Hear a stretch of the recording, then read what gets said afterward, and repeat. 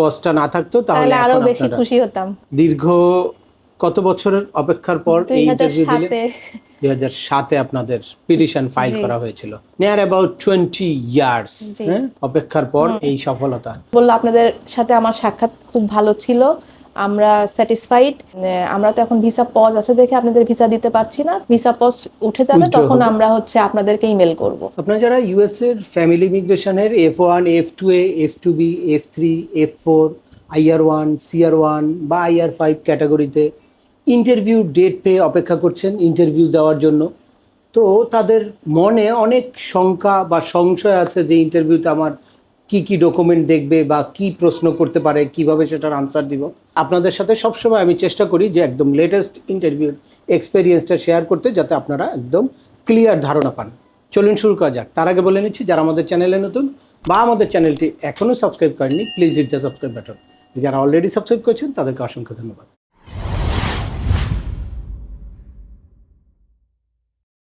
Welcome back. আপনাদের সাথে আছে আমি সিএম আমিনুল বাহার। আমাদের এই চ্যানেলে ইউএস এর ফ্যামিলি ইমিগ্রেশনের একেবারে I-130 পিটিশন ফাইল করা থেকে শুরু করে ইন্টারভিউর প্রিপারেশন পর্যন্ত হিউজ ইনফরমেটিভ ভিডিও আছে।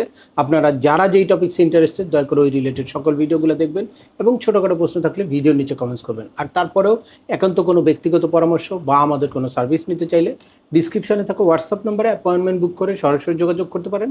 অ্যাট দ্য সেম টাইম আমাদেরকে ইমেইল করতে পারেন এবং আমাদের ইউটিউব, ফেসবুক ও ওয়েবসাইটগুলো ফলো করে সবসময় আমাদের সাথে যুক্ত থাকতে পারেন। এনিওয়ে চলে আসে আজকের মূল আলোচনায়। আমার সামনেই উপস্থিত আছে আমাদের দীর্ঘদিনের ফলোয়ার বা ভিউয়ার্স, যারা কিছু সার্ভিসও আমাদের কাছ থেকে নিয়েছে। তো তারা এই গতকালকেই একটা ইন্টারভিউ দিয়ে এসেছে এবং এরকম একটা বহুল প্রতীক্ষিত একটা লেটার হাতে নিয়ে এসেছে। হচ্ছে F4 ক্যাটাগরির ইন্টারভিউ দিয়ে এসেছে। আপনারা জানেন যে এখন যদিও প্রত্যেকেরই রিফিউজাল নিয়ে আসতে হয়, কিন্তু এই রিফিউজালের ক্যাটাগরিটা আবার বিভিন্ন রকম থাকে। তো স্পেসিফিক যদি শুধুমাত্র 75 কান্ট্রির পজের কারণে কেউ রিফিউজ হয়, তাহলে আপনাদের কিন্তু হতাশ হওয়ার কিছু কারণ নেই। এটাই হচ্ছে এখনকার সফলতা। তো চলুন ওনাদের মুখ থেকেই সরাসরি শুনি যে ওনাদের এই ইন্টারভিউর এক্সপিরিয়েন্সটা। জি, আসসালামু আলাইকুম। ওয়ালাইকুম সালাম। ভালো আছেন? জি ভালো আছি।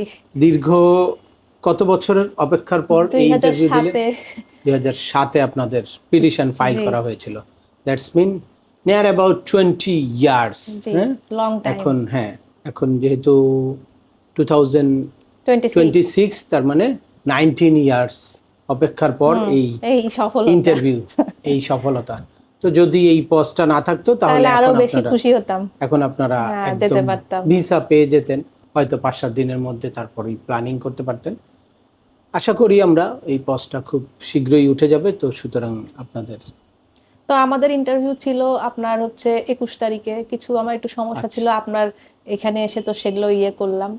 তারপরে প্রোফাইল রিলেটেড কিছু জটিলতা। তারপরে আমরা গেলাম কালকে 12টায়, মানে 21 তারিখ 12টা 15 আমার ছিল। এখানে আসলেন কিভাবে এটা একটু বলুন। এটা আপনার যে সব ভিডিও দেখি আমরা অনেক দেখতেন দিন আগে ধরে, থেকে? অনেক দিন ধরে ফলো করি আমরা, সবাই দেখি, আমার বোন দেখে, আমার ফ্যামিলি, আমার ননদ টনদ বাসার মানে বোন মানে সবাই আপনার দেখে। পিটিশনার যে হ্যাঁ ইউএসএ পিটিশনার তে থাকে। দেখে, তারপরে আমার বাসার আমার হাজবেন্ডের বোনরা সবাই, মানে আমাদের জন্যই আর কি, সবাই সবকিছু যারা দেখে। ইউএস এর হ্যাঁ মানে লোক, ইমিগ্রেন্ট প্রত্যাশী, তাদের তারা সবাই। সবাই মোটামুটি ফলো করে। পরে এনিওয়ে আপনার 21 তারিখে আমরা গেলাম, 12টা 15-তে আমাদের ইন্টারভিউ ছিল। ওখানে যাওয়ার পরে আমাদের পেপারস নিল, খালি বার্থ সার্টিফিকেট পিটিশনারের আর আমাদের যাদের আমরা যাব ফার্স্ট ডেতে হ্যাঁ ফার্স্ট ডে, তার ম্যারেজ সার্টিফিকেট শুধু নিয়েছিল আর পুলিশ ক্লিয়ারেন্স বার্থ নিয়ে, সার্টিফিকেট, ম্যারেজ সার্টিফিকেট আর পুলিশ ক্লিয়ারেন্স আর পাসপোর্ট নিয়েছিল। পাসপোর্ট আমাদের ফেরত দিয়ে দিয়েছে, আর ওইটা আপনার ওইগুলোর কাগজ রেখে দিয়েছিল।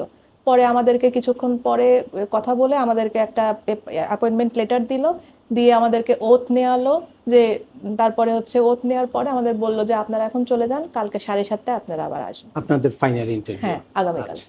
আমরা আজকে গেলাম 22 তারিখে, 7:30টায় ছিল ইন্টারভিউ।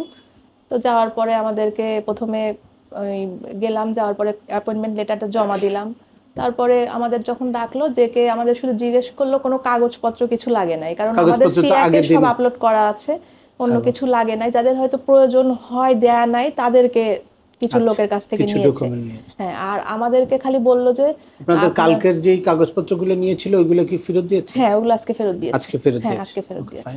আর তারপরে আমাদের বললো যে আপনার মানে পিটিশনার আপনার কে হয়, প্রশ্ন করলো যে পিটিশনার কে হয়, কোথায় থাকে, তার ছেলে মেয়ে কয়টা, সে কি করে, সে আপনারা যে কোথায় উঠবেন, তারপরে মানে আমার পিটিশনারের মেয়ে আছে, আমি বললাম আমার বোনের মেয়ে আছে একটা, তখন বলল যে ও কি করে, সব বললাম আমরা। তো বলার পরে তারপরে বলল যে তারপরে আমাদেরকে জিজ্ঞেস করলো যে আপনাদেরকে এটা ফার্স্ট ম্যারেজ, একটাই ম্যারেজ? তখন আমরা বললাম হ্যাঁ। তারপরে আমার ছেলে মেয়েকে জিজ্ঞেস করলো তোমাদের বয়স কার কোনটা কত, তারপরে কি করো, পড়াশোনা করছো কত নাকি। কত এইজ ছিল আপনার ছেলে আমার মেয়েদের? মেয়ের হচ্ছে 22 আর ছেলের 16+। আচ্ছা। তো ওরা বলল যে ও আমার মেয়ে ভার্সিটিতে পড়ে সেটা বললো, আর ছেলে পড়ে ক্লাস 9-এ ও বলল। তারপরে বলল যে বিয়ে করছো নাকি, তখন বলল যে না। তো বলল যে মেয়েকে বিয়ে, মেয়েকে মেয়েকেও জিজ্ঞেস করছে ছেলেকেও বলছে। আচ্ছা। তো বলল যে বিয়ে করো না, বিয়ে করলে তো ভিসা পাবা না। পাবা না, যা যেতে পারবা না। তারপরে তো বলে আমাদের বললো আপনাদের সাথে আমার সাক্ষাৎ খুব ভালো ছিল, আমরা স্যাটিসফাইড। আপনি হচ্ছে আমরা তো এখন ভিসা পজ আছে দেখে আপনাদের ভিসা দিতে পারছি না। তখন বললো যে আমরা যখন ভিসা পজ উঠে যাবে উইথড্র তখন হবে। আমরা হচ্ছে আপনাদেরকে ইমেল করব, আপনি এখন যেতে পারেন, এটা বলে আমাদের এই কাগজটা দিয়েছে। এই এই সেই লেটার। হুম।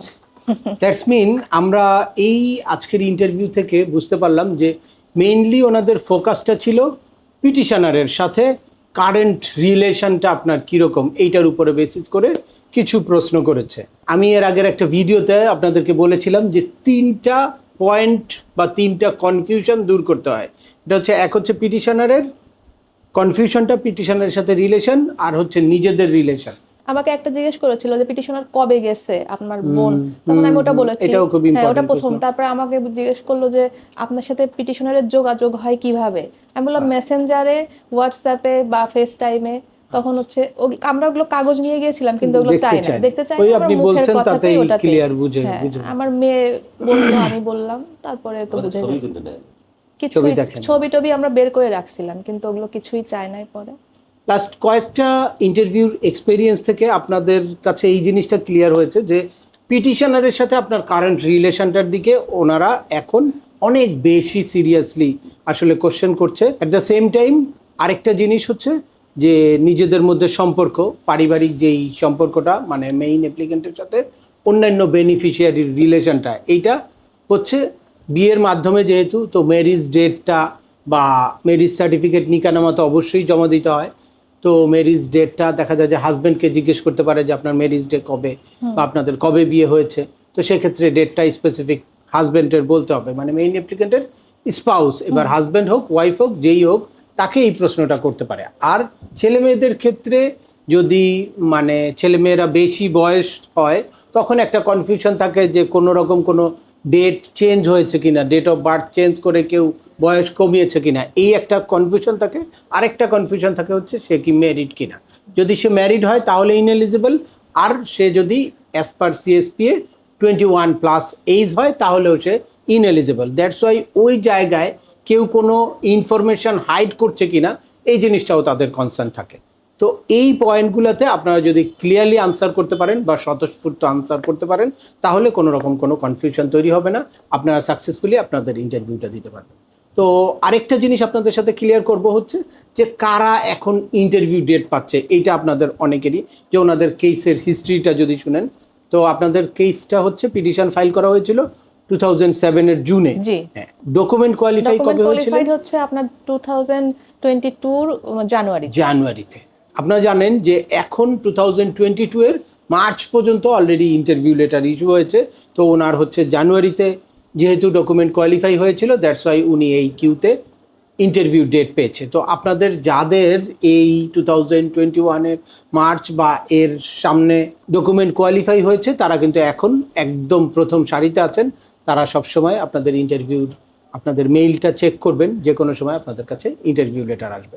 আর যারা এর পরে আছেন তারা এই কিউতে সিরিয়ালি খেয়াল করবেন। আমরা প্রতিনিয়ত চেষ্টা করি আপডেট দিতে যে কাদের এখন ইন্টারভিউ ডেট পাচ্ছে। অ্যাট দ্য সেম টাইম যদি আপনাদের কোনো medical issue, financial hardship, humanitarian কোনো গ্রাউন্ড থাকে বা চাইল্ডের এজ আউটের কোনো গ্রাউন্ড থাকে তাহলে আপনারা কিন্তু ন্যাশনাল ভিসা সেন্টারে এক্সপার্টাইট রিকোয়েস্ট দিতে পারেন, যেটার মাধ্যমে আরও দ্রুততম সময়ে আপনাদের ইন্টারভিউ ডেট আসতে পারে।